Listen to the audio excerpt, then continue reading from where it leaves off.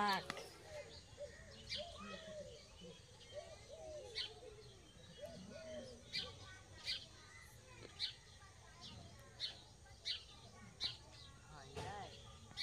নমস্কার, চন্দনা বি কিচেনে আপনাদের সকলকে জানাই আবারও অনেক অনেক স্বাগত। আজকে আমরা কচু শাক রান্না করব, তাই দিদি আর আমি চলে এসেছি এখানে কচু শাক কাটতে। ওই যে দেখুন, ওইখানে অনেক কচু শাক হয়েছে, এখান থেকে কিছুটা কচু শাক নিয়ে আমরা বাড়ি নিয়ে যাব।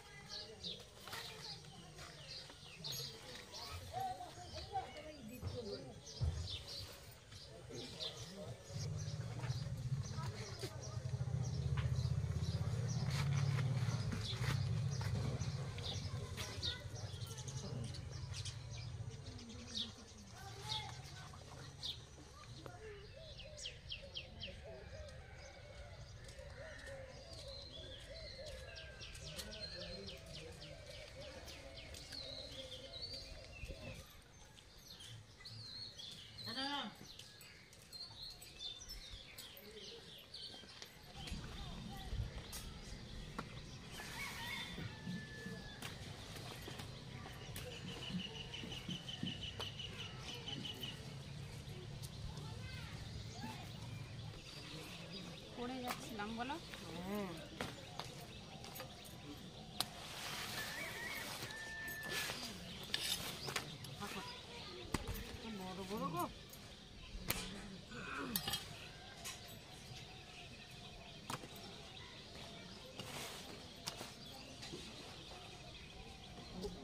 পাতাগুলো অন্যদিন একদিন রান্না করব, ঠিক আছে? আজকে এই রান্নাটাই করি। আমি এদিকে কচু শাকগুলো কেটে নিচ্ছি, আর দিদি ওইদিকে নারকেলটা তখনকে কুড়ে নিচ্ছে। কচু শাকের এই ছালটা এরকম করে তুলে দিতে হবে।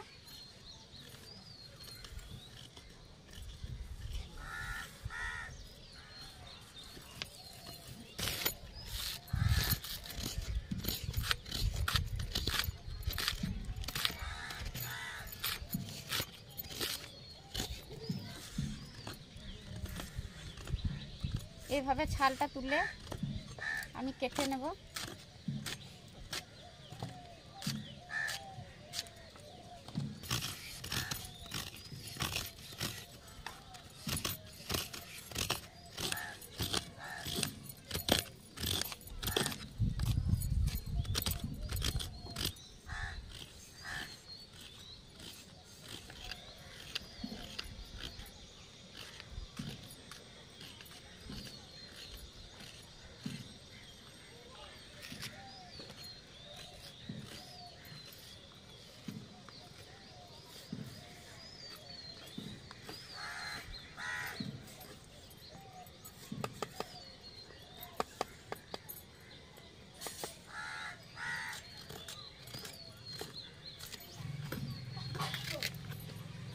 এটা এইভাবে কেটে ফেলে দেব,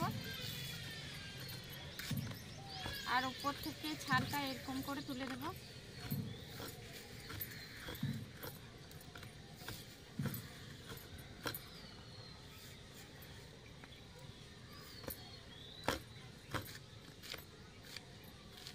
এরকম করে পিস করে কেটে নিচ্ছি।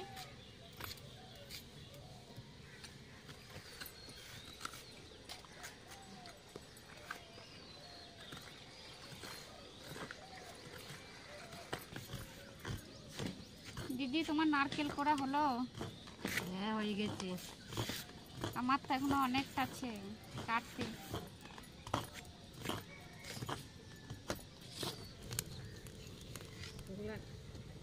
দাও না, তারপর না হয়তো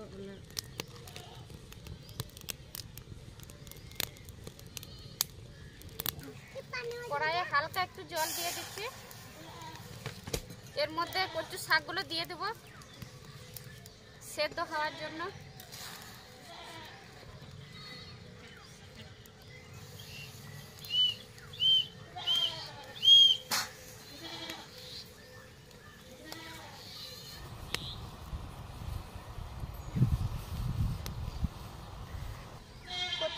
সেদ্ধ করতে দিয়ে দিয়েছি।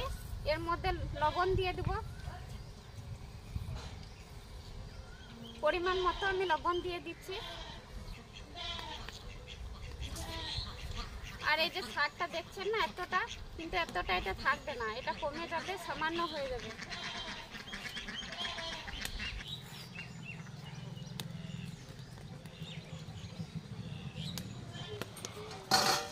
কচু শাকটা সেদ্ধ হয়ে গেছে, এবার ঢেলে নিচ্ছি।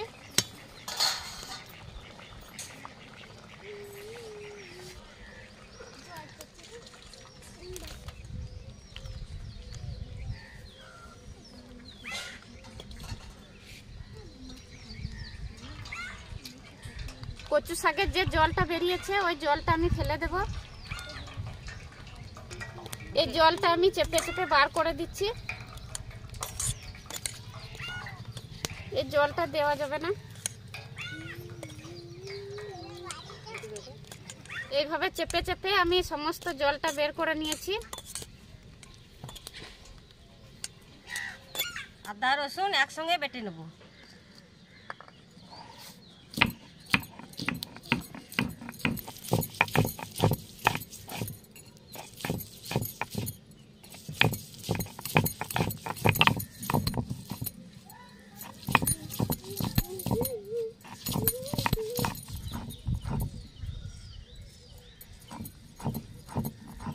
বাটা হয়ে গেছে, এটা এবার আমি তুলে নিচ্ছি।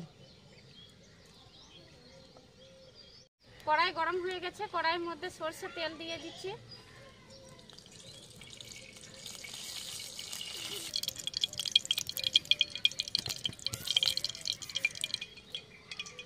কালো জিরে দিচ্ছি, দুটো তেজপাতা, শুকনো লঙ্কা, আর দিচ্ছি কাঁচা লঙ্কা, সামান্য একটু হলুদ দিয়ে দিচ্ছি। হলুদটা এই কারণে দিলাম কারণ আদা রসুনটা ভাজার সময় গায়ে পাবে না। আদা রসুন দিয়ে দিচ্ছি।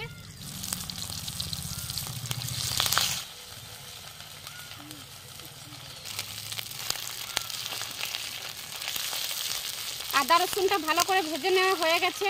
এরপর দিয়ে দিচ্ছি সেদ্ধ করে রাখা বুট। বুট কলাই দিয়ে আর একবার ভালো করে ভেজে নেব।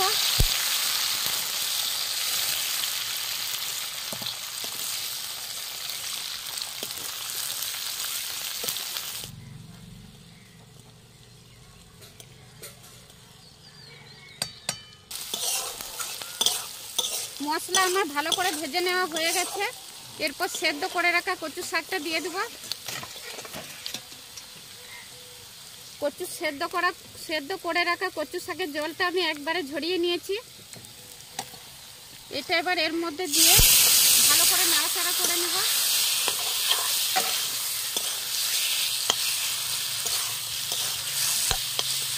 আমি এর মধ্যে আর কোনো লবণ দেব না, কারণ সেদ্ধ করার সময় লবণ দিয়েছিলাম।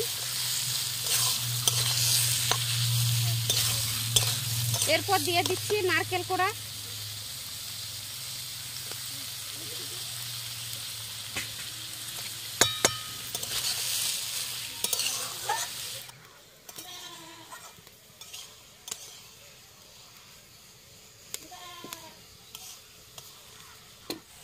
এরপর আমি 1 চামচের মতো চিনি দিয়ে দিচ্ছি। চিনিটা অল্প দিলে খেতে একটু ভালো লাগবে, সেই জন্য আমি অল্প দিলাম।